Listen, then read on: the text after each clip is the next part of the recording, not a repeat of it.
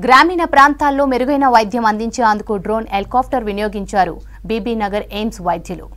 యాదాద్రి భువనగిరి జిల్లా ఆలేరు నియోజకవర్గం మరియాల పీహెచ్సీలో టీబీ పేషెంట్ల కఫం పరీక్షకు శాంపిల్స్ ను సేకరించారు డాక్టర్స్. త్వరగా ల్యాబ్ కు చేరవేయడానికి డ్రోన్ హెలికాప్టర్ వినియోగించారు. మరియాల గ్రామం నుంచి బీబీ నగర్ ఎయిమ్స్ కు డెమో ట్రయల్ రన్ నిర్వహించారు డాక్టర్స్. అది మనం